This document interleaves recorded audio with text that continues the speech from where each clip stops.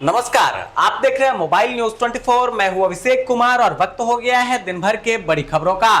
प्रधानमंत्री नरेंद्र मोदी आज एक दिन के ग्रीस दौरे पर हैं। यहां दोनों देशों के बीच डेलीगेशन लेवल की बातचीत हुई। इसके बाद ज्वाइंट स्टेटमेंट में पीएम मोदी ने कहा कि हम पुराने दोस्त की तरह एक दूसरे को समझते हैं। हम 2030 तक द्विपक्षीय व्यापार को दोगुना करेंगे।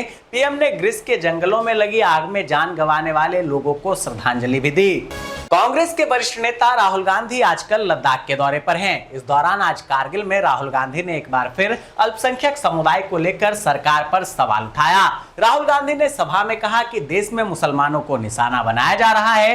राहुल ने आगे कहा कि मैं लद्दाख के कोने कोने में गया, गरीबों, माताओं, बहनों और युवाओं से बातचीत की, आपके दिल की बात समझने की कोशिश की। दूसरे नेता अपने मन की बात करते हैं, मैंने सोचा मैं आपके मन की बात सुनूं। चंद्रयान 3 की सफल लैंडिंग के साथ ही भारत दुनिया के उन टॉप 10 4 देशों में शामिल हो गया है जिन्होंने अंतरिक्ष में अपनी ताकत का लोहा मनवाया। अमेरिका, रूस और चीन जो अब तक मून मिशन पर इतरा रहे थे, चंद्रयान 3 के सफल होते ही उन्हें अपनी सफलता कम लगने लगी है। भले ही भारत अपने मून मिशन में इन देशों से कुछ साल पीछे रह गया, लेकिन चंद्रमा के साउथ पोल पर सफल लैंडिंग कर उसने साबित कर दिया कि सफलता के रास्ते भले ही कठिन हो, लेकिन अगर ईमानदारी से कोशिशें की जाए तो असंभव नहीं है। वही इसरो के इस मिशन ने अब तक कई जानकारी जुटाई है, जिसे जल्द ही इसरो द्वारा साझा किया जाएगा। पाक द्वारा भारतीय मछुआरों की गिरफ्तारी पर सुप्रीम कोर्ट ने हस्तक्षेप से किया इनकार, कहा राजनीतिक तरीके से सुलझाए ये मामले।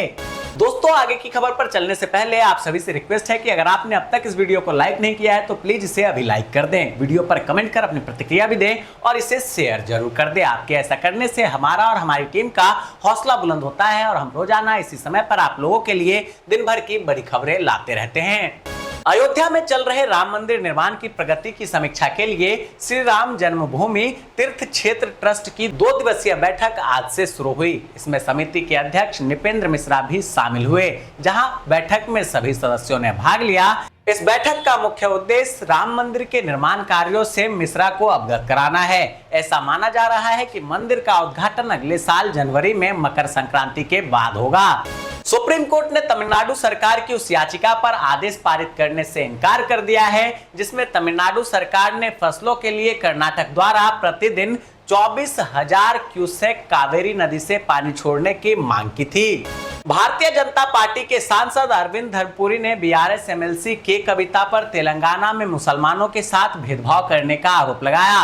उन्होंने कहा कि राज्य में दलितों को दी जाने वाली राशि की तुलना में मुसलमानों को बहुत कम वित्तीय सहायता दी जाती है। साथ ही उन्होंने कहा कि के कविता को इन तथ्यों से भागना नहीं चाहिए, बल्कि उन्हें इसका जवाब देना चाहिए।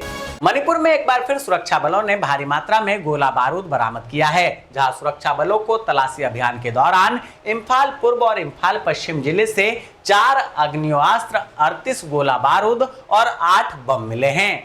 उत्तर प्रदेश के 378 गांव में एआई टेक्नोलॉजी के जरिए रोवर्स और ड्रोन की मदद से चकबंदी की जाएगी। इसका प्रस्ताव यूपी सरकार ने पास कर दिया है। जानकारी के मुताबिक उत्तर प्रदेश में इससे पहले 137 गांव में चकबंदी की अधिसूचना जारी की गई थी। इसके बाद किसानों के हित में कार्यों को प्रगति देने के लिए artificial intelligence, block check, drone व रोवर सर्वे आधारित चकबंदी कराया जाना प्रस्तावित हुआ है।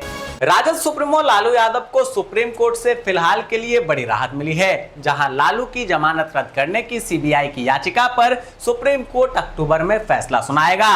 बता दें कि चारा घोटाला मामले में लालू प्रसाद यादव की जमानत के खिलाफ सीबीआई ने सुप्रीम कोर्ट में ये याचिका दायर की है। केंद्र सरकार के दिल्ली सेवा कानून के खिलाफ आम आदमी पार्टी की सरकार सुप्रीम कोर्ट पहुंच गई है, जहां दिल्ली सरकार की याचिका पर कोर्ट ने उस याचिका को संशोधित करने की अनुमति दे दी है, जिसमें उसने 19 मई के सेवा अध्यादेश की वैधता को चुनौती दी थी। पंजाब के मुख्यमंत्री भगवंत मान और राज्यपाल बनवारी लाल पुरोहित के बीच चल रहा विवाद एक बार और आगे बढ़ गया है, जहां राज्यपाल ने मुख्यमंत्री को एक पत्र लिखते हुए धमकी दी है कि वो उनके द्वारा उठाए गए सवालों का जवाब नहीं दे रहे हैं, इसलिए वह राष्ट्रपति को उनके असंवैधानिक कामों के लिए पत्र लिखने के लिए मजबूर होंगे। हरियाणा विधानसभा के मानसून सत्र के पहले दिन आज चंद्रयान 3 की सफलता को लेकर बीजेपी और कांग्रेस में नोकझोंक हुई। वहीं एक मौका ऐसा भी आया जब विधानसभा में बैठे विधायक मंत्री ठहाका लगाने को मजबूर हो गए। दरअसल बाड्डा विधानसभा से विधायक नैना चौटाला ने सोलर के ट्यूबवेल कनेक्शन देने की मांग के लिए बिजली मंत्री रंजीत चौटाला से कहा कि मैं तो आपकी बहू हूं, ये तो आपको करना ही पड़ेगा।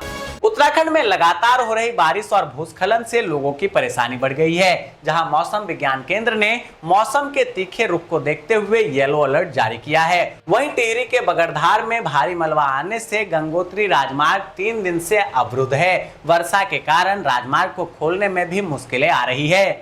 जमीन घोटाला मामले में ईडी की ओर से दोबारा समन भेजे जाने के खिलाफ झारखंड के CM Hemant Soren supreme court पहुंच गए हैं। उन्होंने ईडी के समन को चुनौती देते हुए रिट पिटीशन दायर की है। सीएम के कोर्ट पहुंचते ही बीजेपी ने तंज कसते हुए कहा कि विरोधी दल के नेताओं को गिरफ्तार कराने वाले आज खुद जेल जाने से डर रहे हैं और दया की भीख मांग रहे हैं। छत्तीसगढ़ के मुख्य सचिव अमिताभ जैन की अध्यक्षता में Shri Dhanvantari generic medical store योजना के अंतर्गत गठित राज्य स्तरीय मॉनिटरिंग समिति की बैठक हुई, जहां उन्होंने अधिकारियों से कहा कि राज्य शासन की नागरिकों को अच्छी गुणवत्ता की जेनेरिक दवाइयां सस्ती दर पर धनवंतरी जेनेरिक मेडिकल स्टोर योजना से उपलब्ध कराई जा रही है। मध्य प्रदेश में विधानसभा चुनाव से पहले भाजपा को कई झटके लगे हैं, जहां असंतुष्ट नेताओं को मनाने में विफल रही भाजपा के पूर्व मंत्री स्वर्गीय जुगल किशोर बागड़ी के बेटे देवराज और बहू वंदना बागड़ी समेत कई नेताओं ने कांग्रेस का हाथ थाम लिया है। हिमाचल प्रदेश में कुदरत के कहर से निपटने के लिए सीएम द्वारा किए गए प्रबंध की नीति आयोग ने भी तारीफ की, जहां आयोग के उपाध्यक्ष सुमन के बैरी ने मुख्यमंत्री को प्रशंसा पत्र भेजा है, जिसमें कहा गया है कि हिमाचल प्रदेश को चुनौतीपूर्ण समय में नीति आयोग हर संभव मदद देगा। संसद के मानसून सत्र के बाद लद्दाख दौरे पर निकले कांग्रेस के पूर्व अध्यक्ष राहुल गांधी अब पूरे चुनावी मूड में नजर आ रहे हैं। जहां राहुल अपने दौरे में लगातार बीजेपी पर हमला बोल रहे हैं, वहीं कारगिल में उन्होंने भगवा पार्टी पर निशाना साधा और कहा कि भारत में हमले के शिकार मुसलमान और मणिपुर के लोग होते हैं।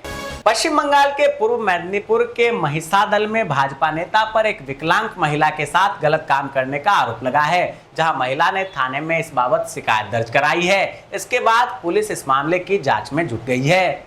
एनसीपी प्रमुख शरद पवार ने बयान दिया है कि एनसीपी में कोई फूट नहीं है। उन्होंने कहा कि अजित पवार उनकी पार्टी के नेता हैं और रहेंगे। पवार ने इसी के साथ कहा कि उनके कुछ नेताओं के मतभेद हुए हैं, लेकिन मनभेद नहीं है। सुप्रीम कोर्ट ने गुजरात यूनिवर्सिटी मानहानि मामले में दिल्ली के सीएम अरविंद केजरीवाल की याचिका पर नोटिस जारी करने से इनकार कर दिया है। कोर्ट ने कहा कि 29 अगस्त को हाईकोर्ट में सुनवाई की तारीख तय है। उम्मीद है उस दिन हाईकोर्ट सुनवाई कर लेगा।